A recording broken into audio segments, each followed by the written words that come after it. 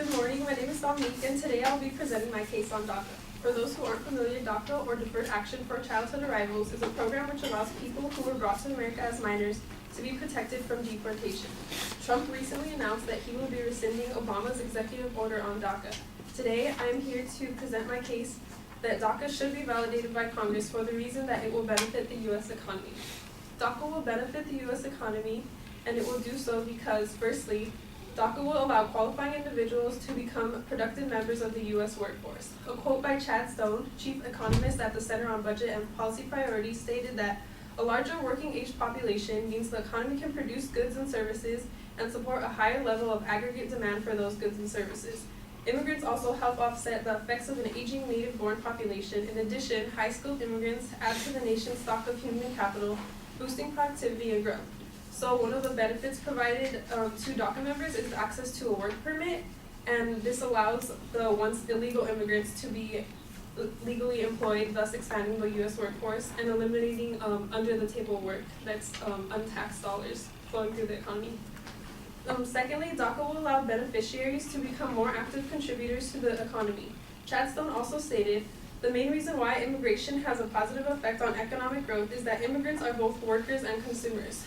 The Institute on Taxation and Economic Policy did a report on undocumented immigrants' state and local contributions and found that the most significant revenue gain would come from personal income tax due to both increased earnings and full compliance with tax code.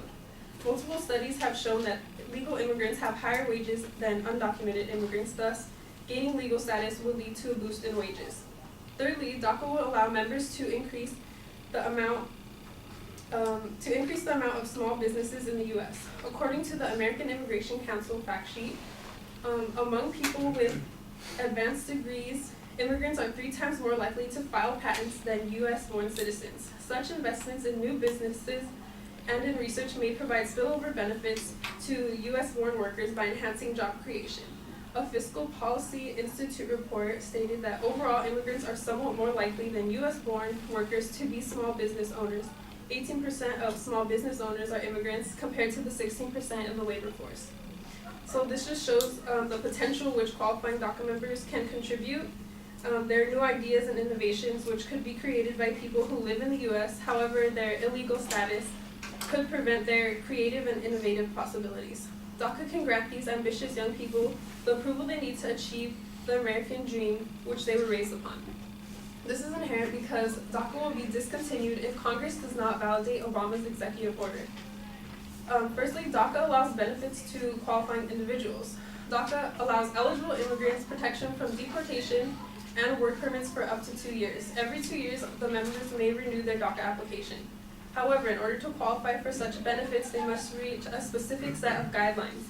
They must have been brought to the U.S. before age 16 and continuously lived here since June 15, 2007, were under the age of 31 and had no lawful status, and were physically present in the U.S. on June 15, 2012, are currently in school, have graduated high school, have a GED, or were honorably discharged from the U.S. military, and are not a threat to national security or public safety, and have no significant misdemeanors or felony convictions. So as you can see, the guidelines by Homeland Security are extremely particular and specific, and they ensure only people who are going to contribute to the U.S. are going to be allowed into the Daca program. Secondly, Trump has rescinded Obama's executive order which implemented the Daca program, and the White House press secretary announced on September 5, 2017 that President Trump took the responsible and constitutional step of announcing the administration will be phasing out the Daca program over the next 2 years. She also stated that Trump is leaving the decision of validating Daca in the hands of Congress. Thirdly, this leaves the current Daca beneficiaries in limbo. There is nearly 800,000 people who are working and studying under Daca, and this means that there are 800,000 people who do not know their fate, 800,000 people who are at risk of being deported to a country that they were not raised in, to a country that they hardly know, and 800,000 lives that can be completely torn apart. For example, Juan Martinez, a University of Texas graduate and Daca member, plans to start his own company next summer, which is Spread Technologies, and his vision is to use it to reshape the construction business, which is still a paper and pencil industry, and to allow companies to better manage their scheduling and payroll distribution of coworkers among sites. So here you can see there's a young DACA member who plans to start his own business and contribute to the economy, but he would no longer be protected by DACA if it was not validated.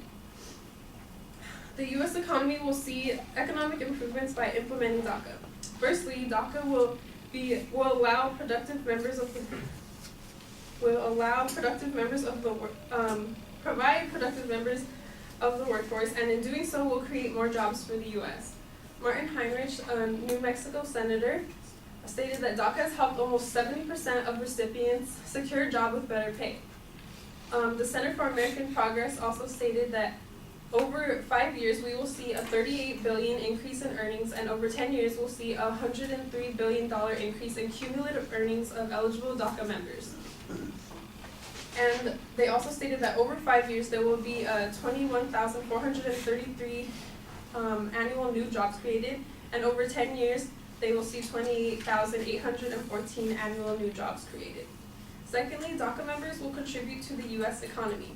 American Immigration Council did a study on preliminary findings from the National Undocumented Research Project, and found that over half of DACA recipients have opened their first bank account, and 38% have obtained their first credit card. 61% have obtained a driver's license.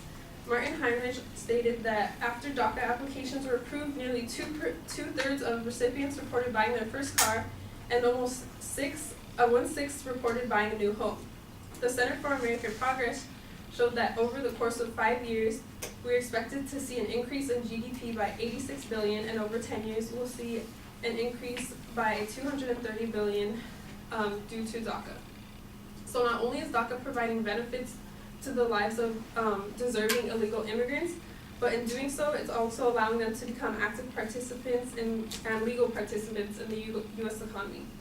Lastly, DACA members will expand the amount of small businesses in the U.S. Martin Heinrich stated that 5% of all enrollees in the program and 8% of those older than 25 have started their own business in the U.S. compared to a rate of 3.1 for the U.S. as a whole.